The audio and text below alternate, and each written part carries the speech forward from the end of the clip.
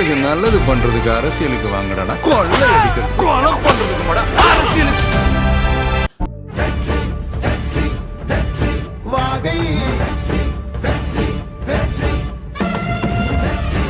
Hello மக்களே, நான் welcome to Vijay ஸ்டாகன், வெல்கம் டு another வீடியோ. என்னப்பா கண்ணாடியெல்லாம் போட்டு பேசுகிறேன் அப்படின்னு நினைக்கிறீங்களா? நாங்கள் பண்ணுறது கண்ணில் கட்டி வந்துச்சுங்க. அதனால தான் சரி நேற்று போடல வீடியோ. அப்புறம் இன்றைக்கும் போடாமலாம் இருக்க முடியாதுல்ல, சரி கண்ணாடி போட்டு போகணும், இல்லைனா அப்புறம் உங்களை வந்து ஒட்டிக்கும். அதனால் நீங்கள் வந்து நான் ஸ்டைலுக்காக போட்டுருக்கேன்னு நினச்சிக்காதீங்க. ஸ்டைலுக்கான போடக்கூடிய ஆள் தான் வெளியில் போகும்போது வரும்போது, இப்போ இல்லை. அப்புறம் வந்து நிறைய பேர் எனக்கு வந்து மிகப்பெரிய சப்போர்ட் பண்ணியிருக்கீங்க. நான் இந்த என்னோடய ஜாப் இல்லை எனக்கு வந்து அப்படின்னு நான் சொல்லி கேட்டப்போ, உங்களால் முடிஞ்ச நிறைய பேர் வந்து அவங்களால முடிஞ்ச 50, 100, 1000, 2000 அப்படின்னு சொல்லிட்டு ஒரு சில பேர்லாம் பண்ணியிருக்கீங்க. ரொம்ப பெரிய நன்றி எல்லாருக்குமே. நீங்களாம் நினைக்கலாம், ஏன்ப்பா அங்கே உட்காந்துட்டு வேலை இல்லைன்ற, அப்போ நீ இந்தியாவுக்கு வர வேண்டியது தானே அப்படின்னு நீங்கள் நினைக்கலாம். பட் அதற்கான ரீசன் என்ன ஏதுன்ற எல்லாத்தையும் சேர்த்த ஒரு வீடியோ வந்து கண்டிப்பாக உங்களுக்கு நான் போடுவேன்.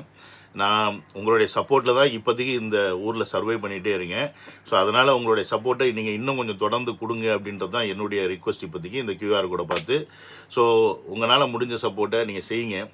ஆனால் அந்த சப்போர்ட் வீண் போகாது அப்படின்றத நான் உறுதியளிக்கிறேன். அது ஏன் அப்படின்றத கண்டிப்பாக அந்த வீடியோ போடும்போது நீங்கள் தெரிஞ்சுப்பீங்க.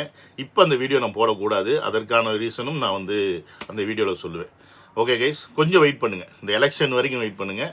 அதற்கப்புறமா உங்களுக்கு எல்லா டீட்டெயிலும் நான் சொல்லிடுவேன். வாங்க வீடியோ போகிறோம். நண்பா ப்ளீஸ், எப்படி இருக்கிறீங்க? விஜய் டாக்ஸ் 2.0 இது என்னுடைய புது சேனல். இந்த சேனலில் பார்த்தீங்கன்னா உள்ளூரில் இருந்து உலகம் பூரா நடக்கிற விஷயங்களை உங்கள் கையில் கொண்டாந்து சேர்க்கறதுக்கான உன்னதமான சேனலை தான் டிசைன் பண்ணியிருக்கேன். இந்த சேனலை சப்ஸ்கிரைப் பண்ணிவிட்டு பெல் பட்டனை ப்ரெஸ் பண்ணி வச்சுங்க. நான் போடுற வீடியோஸ் டெய்லி உங்களுக்கு வந்து சேரும். முடக்கு ஜனநாயகனா முடக்கு,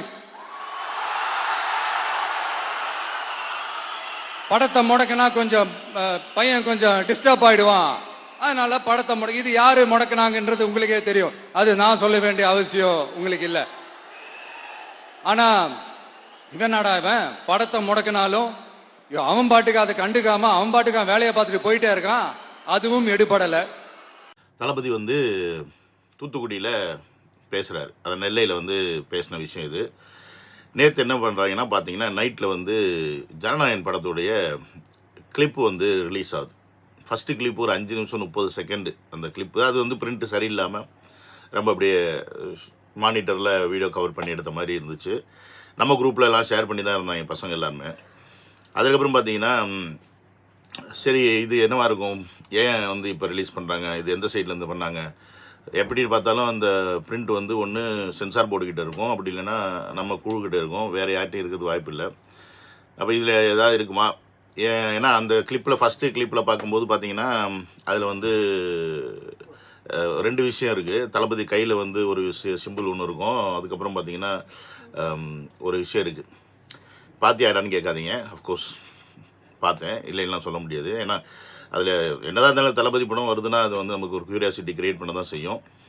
அப்புறம் கொஞ்ச நேரத்தில் பார்த்தீங்கன்னா HD பிரிண்டில் ஒரு நிமிஷம் சம்திங் கிளிப் வந்து ஃபார்வர்ட் பண்ணியிருந்தாங்க. அப்புறம் வீடியோஸில் பார்த்தா ஃபுல் படமே ஃபுல் படமே அப்லோட் பண்ணி இது பண்ணியிருக்காங்க போல இருக்குது.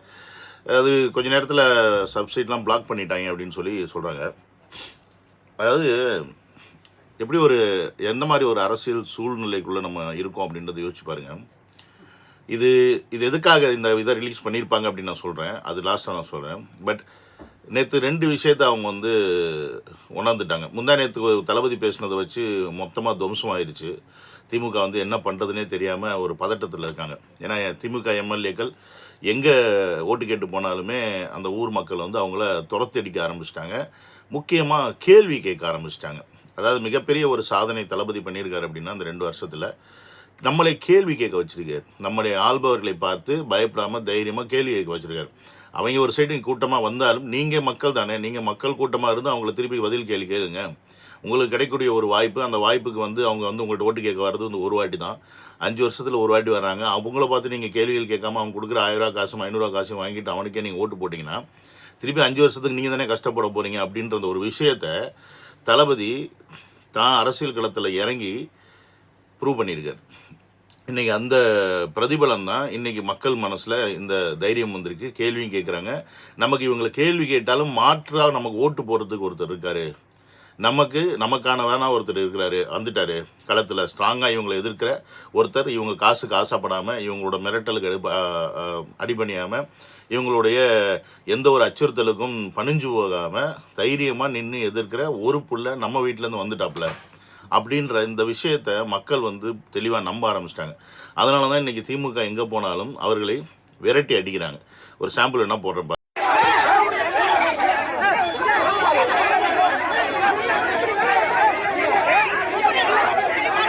பார்த்துருப்பீங்க. இவர் வந்து ஐ திங்க் பொன்ராஜா பொன்னமலமான்னு நினைக்கிறேன், எம்எல்ஏ. அந்த கேண்டிடேட்டை வந்து உள்ளே வர வேண்டாம், எங்கள் ஊருக்குள்ள வந்து ஓட்டு கேட்காதீங்க அப்படின்ற மாதிரி இன்றைக்கி எல்லாருமே ஊருக்குள்ளே நீங்கள் வந்து ஓட்டே கேட்காதீங்க ஃபஸ்ட்டு. அதாவது முன்னாடி வந்து ஓட்டு வந்து கேட்டாலும் சைலண்ட்டாக விட்டுருவாங்க, காசு வாங்குவாங்க, இல்லை சில பேர் வாங்க மாட்டாங்கன்னு வச்சுங்க. இல்லை அவங்களே வந்து திமுக காரங்களாம் காசு கொடுக்க மாட்டான். ஆனால் இப்போ ஊருக்குள்ளேயே நீ வராத, நீ எதுக்கு ஊருக்குள்ளே வர, என் ஊருக்குள்ளே ஓட்டு கேட்டு வரேன்ற அளவுக்கு ஊராக ஒன்றா கூடி நிற்கும் போது இவங்களால ஒன்றும் பண்ண முடியாது. ஒத்தையாளா ரெட்டையாளா நின்னா தான் இவங்களுக்கு இருக்க அரசியல் பலம், ஆள் பலம், காவல் பலம் எல்லாத்தையும் வச்சு அடித்து துவம்சம் பண்ணிடுவாங்க. அதே ஒரு ஊராக நிற்கும் போது நீ என்னென்ன பண்ணுவேன், ஒன்றும் பண்ண முடியாதுல்ல. அடுத்த வாட்டியும் திருப்பி எலெக்ஷன் வந்தாலும் அந்த ஊருக்குள்ளே தானே வரணும், அப்போ அந்த மக்கள்கிட்ட தானே நீ வரணும் அப்படின்ற ஒரு விஷயம் இருக்குது. இப்போ இந்த மாதிரி ஒரு விஷயத்த வந்து திமுக இப்போ தொடர்ந்து பார்க்க ஆரம்பிக்குது. ஒன்று. ரெண்டாவது பார்த்தீங்கன்னா, ஒரு மிகப்பெரிய வரலாற்று புரட்சி வந்து பாண்டிச்சேரியில் நேற்று நடந்திருக்கு. அது வந்து பார்த்தீங்கன்னா இது வரைக்கும் இந்திய வரலாற்றில் அப்படி நடந்தது கிடையாது. கிட்டத்தட்ட 92 புள்ளி சம்திங், 92.71 இந்த போஸ்டர் போகிறோம் பார்த்துங்க. இந்த பர்சன்டேஜ் ஓட்டு இது வரைக்கும் பாண்டிச்சேரி வாங்கினது கிடையாது. ஏன்னா லாஸ்ட்டாக வந்து 83 என்னமோ வாங்கியிருக்காங்க, 83 86 வாங்கியிருக்காங்கன்னு நினைக்கிறேன். அது கூட போன எலெக்ஷனில் நினைக்கிறேன். அதுக்கு முன்னாடிலாம் அது கீழே தான். ஸோ தமிழ்நாடு வரலாற்றில் 75% தாண்டினதே கிடையாது. புரியுதுங்களா? தமிழ்நாட்டு அரசில் நான் சொல்கிறது பாண்டிச்சேரியில் அந்த 80% வரைக்கும் தாண்டி இருக்குது. ஆனால் இந்த வாட்டி 90%, 92% வந்து அங்கே வந்து ஓட்டு விழுந்திருக்கு. கிட்டத்தட்ட 10 லட்சம் வாக்காளர்கள் அங்கே இருக்கிறாங்க அப்படின்னா அதில் கிட்டத்தட்ட 80 லட்சம் பேர்கிட்ட தான் போடலை, 70-80 லட்சம் பேர் தான் போடலை, மீது எல்லாருமே போட்டிருக்காங்க. ஓகேங்களா? அப்போ இத்தனை பர்சன்டேஜ் ஆஃப் ஓட்டு வந்தது இன்றைக்கி மிகப்பெரிய ஒரு தலைவலியாக எல்லா கட்சிகளுக்குமே இருக்குது. எல்லா கட்சிகளுக்குமே. ஏன்னா அவங்களுக்கு பயம், ஐயோ இவ்வளோ ஓட் பர்சன்டேஜ் வருதுன்னா ரெகுலராக விழுகிற ஒரு ஓட் பர்சன்டேஜ்னு வச்சுங்க, ஒரு 80% வருது, அங்கேருந்து ஒரு 11-12% எக்ஸ்ட்ரா வருதுன்னா அது எல்லாமே யாருக்கான ஓட்டுனா விஜயவர்களுக்கான ஓட்டு. ஸோ இந்த 11% எக்ஸ்ட்ரா விஜயவர்களுக்கு வந்துடுது அப்படின்னும் போது அந்த 80%ல் எத்தனை பர்சன்டேஜ் விஜய்க்கு போகும்னு தெரியாதுல்ல. ஸோ இதனால தான் எல்லாருமே போலிங்கில் என்ன பண்ணுறாங்கன்னா ஓட் பர்சன்டேஜ் தளபதிக்கு 40% கிட்ட இருக்குது அப்படின்ற கருத்து கணிப்பை வெளியிடுறாங்க. அந்த மாதிரி கருத்து கணிப்பை இவங்க என்ன பண்ணுறாங்கன்னா அமைக்கிடுறாங்க வெளியில் விடாமல். பட் உண்மையாலுமே 30-40% மேலே தளபதி அவர்களுக்கு இருக்குது. அப்போ தமிழ்நாட்டிலையும் இப்போ ரெகுலராக 70-75% ஓட் போலிங் ஆகுது அப்படின்னா இந்த வாட்டி ஒரு 80-85 தாண்டி போகுது அப்படின்னா அத்தனை ஓட்டும் தளபதி அவர்களுக்குன்னு அவங்களுக்கு தெரியும். ஸோ அப்போ இதை எப்படியாவது தடுத்து நிறுத்தணும், இல்லை இந்த எலெக்ஷனே கூட கேன்சல் பண்ணலாம் அப்படின்ற மைண்ட் செட்டில் கூட இப்போதைக்கு இருப்பாங்க. அதற்கான வேலைகள் தான் போய்கிட்டு இருக்கு.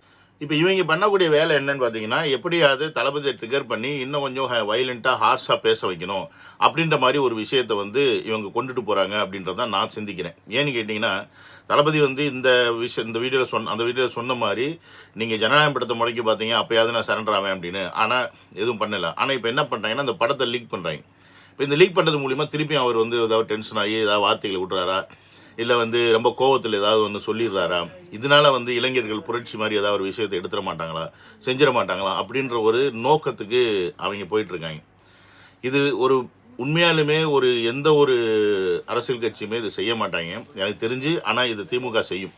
ஏன்னா இதே தான் 1977 எம்ஜிஆர் வந்தப்போ உலகம் சற்று வாலிபன் படம் அந்த டயத்தில் ரிலீஸ் ஆக வேண்டியதை படத்தை ரிலீஸ் பண்ண விடாமல் வச்சு அதுக்கப்புறம் இந்த படத்தோட ரீல்ஸ் எல்லாம் போட்டு எரிச்சிருக்காங்க. இது அந்த காலகட்டத்தில். இப்போ இந்த படத்தை வந்து இன்டர்நெட்டில் லீக் பண்ணுறாங்க. இந்த பையனுக்கு லீக் பண்ண பையனுக்கு வந்து ஃபைன் வரும், 3 வருஷம் ஜெயில் வரும், அதெல்லாம் ரெண்டாவது விஷயம். ஆனால் எவ்வளோ பெரிய உழைப்பு, எவ்வளோ பெரிய ஒரு வணிகம் இருக்கக்கூடிய ஒரு இந்த தொழிலில் இந்த படத்துக்கு முதலீடு போட்ட அந்த ப்ரொடியூசருக்கு நஷ்டமாகிறதா இருக்கட்டும், இதனால் வரக்கூடிய தேட்டரங்களுக்கு நஷ்டமாகிறதா இருக்கட்டும்.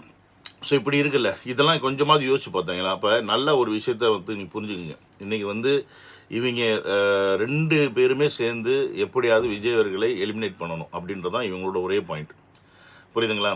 அது ஏதாவது ஒரு வகையில் ஒன்று இந்த எலெக்ஷனே கூட இல்லாமல் பண்ணிட்டாலும் பிரச்சனை கிடையாது, இன்னொரு 5 மாதம் 6 மாதம் கழித்து கூட வைக்கிற மாதிரி இருந்தாலும் ஏதாவது ஒன்று அந்த இடத்துல பண்ணி ஏதாவது மக்களை மனசை மாற்றிடலாம். ஆனால் இப்போ இந்த எலெக்ஷன் நடந்துடவே கூடாது அப்படின்ற மாதிரி ஒரு மைண்ட் செட்டில் இருக்கிறாங்க அப்படின்றது தான் நிதர்சனமான உண்மை. உங்களுக்கு என்ன சொல்லிக்கிறேன் அப்படின்னா, இந்த மாதிரி விஷயங்கள் இன்னும் வரும், நம்மளை டென்ஷன் ஆகும், பயங்கரமாக ஒரு கோவத்துக்கு உச்சத்துக்கு கொண்டு போவோம். ஏன்னா இன்னும் ஒரு 10-12 நாள் தான் இருக்குது அப்படின்னும் போது பயங்கர இன்னும் அக்ரெசிவாக இவங்க வந்து வேலை பார்ப்பாங்க. எந்த அளவுக்கு அக்ரெசிவ்னா டிவிகே தொண்டர்கள் மேலே கை வைக்கிறதா இருக்கட்டும், அடிக்கிறதா இருக்கட்டும், எல்லா வேலையும் செய்வாங்க. ஒரு கிளிப்பு கூட பார்த்தேன், விஜய் அவர்களுடைய வண்டி தொடர்ந்து போன ஒருத்தனை வந்து போலீஸ்காரங்க அவன் ரிட்டர்ன் போகும்போது அவனை போயிட்டு பிடிச்சி அடித்து அவன் வண்டியை போட்டு உடச்சி இப்படிலாம் ஒரு சம்பவம்லாம் நடந்துச்சு. ஸோ அந்த மாதிரிலாம் வந்து பண்ணுவாங்க. எங்கெல்லாம் வந்து டிவிகேக்காரங்க சப்போர்ட் பண்ணி போகிறாங்களோ அந்த இடத்துல வந்து எல்லா கட்சியினருமே ஒன்று சேர்ந்து அந்த மக்களை தாக்கிறதுக்கான வேலையை செய்வாங்க. ஸோ இதெல்லாமே என்னன்னா ஒரு பயத்தை ஏற்படுத்துறது செய்வாங்க. அதாவது எங்களை மீறி நீ யாருக்கு ஓட்டு போட்டாலும் அதுக்கப்புறமா நீ உசுரோட இருக்க மாட்டே வைக்க மாட்டே அப்படின்ற மாதிரி தான் அந்த மாதிரி ஒரு எண்ணத்தில் தான் வச்சுக்கோங்களேன். ஸோ இந்த மாதிரி எல்லாமே இன்னும் ஒரு 10-12 நாள் இன்னும் அக்ரெசிவாக நடக்கும். நம்ம செய்ய வேண்டியது இந்த 12 நாளும் பொறுமையை காத்துட்டு 23ஆம் தேதி எப்படி இன்னைக்கு நேற்று வந்து பாண்டிச்சேரியில் ஒரு விசில் புரட்சி நடந்துச்சோ அதை விட பிரம்மாண்டமான ஒரு விசில் புரட்சி தமிழ்நாட்டில் நடக்கணும். தமிழ்நாட்டில் 90% மேலே வாக்குப்பதிவு ஆச்சு அப்படின்னா விஜய் தான் சிஎம், அதில் மாற்றுக்கிறதே கிடையாது. இதை மட்டும் நீங்கள் மைண்டில் ஃபிக்ஸ் பண்ணிங்க. இது வரைக்கும் 73-74% தான் ஆயிருக்கு. 90% மேலே வாக்குப்பதிவு ஆச்சு அப்படின்னா 20% சாலிடாக விஜய் அவர்களுக்கு வந்துருச்சு. மீதி அந்த கூட்டத்தில் இருக்கிற பர்சன்டேஜும் மக்கள் வந்து விஜய் அவர்கள் தான் போடுவாங்க அப்படின்னும் போது விஜய் அவர்கள் சிஎம் ஆகிறத எவனாலையும் தடுக்க முடியாது. விஜய் அவர்கள் சிஎம் ஆனால் மட்டும்தான் நம்ம இவங்ககிட்ட இருந்து பொழைக்க முடியும் அப்படின்றத நீங்கள் புரிஞ்சுக்குங்க. உண்மையை சொல்லணும்னா நமக்கு சுயநலமாக நம்ம உயிர் நல்லா இருக்கணும், நம்ம வாழணும்னு நினச்சிங்கன்னா இவங்களுக்கு தயவு செஞ்சு அந்த அரிய நிலை ஏற்றிடாதீங்க. ஆக்க வேண்டியது சிஎம் அப்படின்றத மனசில் வச்சுக்கிங்க. இங்கே வந்து நீங்கள் விஜய் அவர்களை சிஎம் ஆக்குறது மேட்ரு கிடையாது. அப்படி இல்லை, இங்கே வந்து நம்மளோட உசுரை காப்பாற்றிக்கணும்னா நீங்கள் சுயநலமாக இருக்கணும். இப்போ நம்ம சுயநலமாக இருக்க வேண்டிய நேரம். மக்களாகிய நம்மளை தற்காத்து கொள்ள நாம் சுயநலமாக இருந்து நமக்காக வந்த ஒருத்தரை அந்த சீட்டில் போய் உட்கார வைக்கணும் அப்படின்றத மட்டும் மைண்டில் வச்சுக்கோங்கன்ற சொல்லி இந்த வீடியோ முடிச்சுக்கிறேன். See you on another video. Love you all. Take care. Bye bye.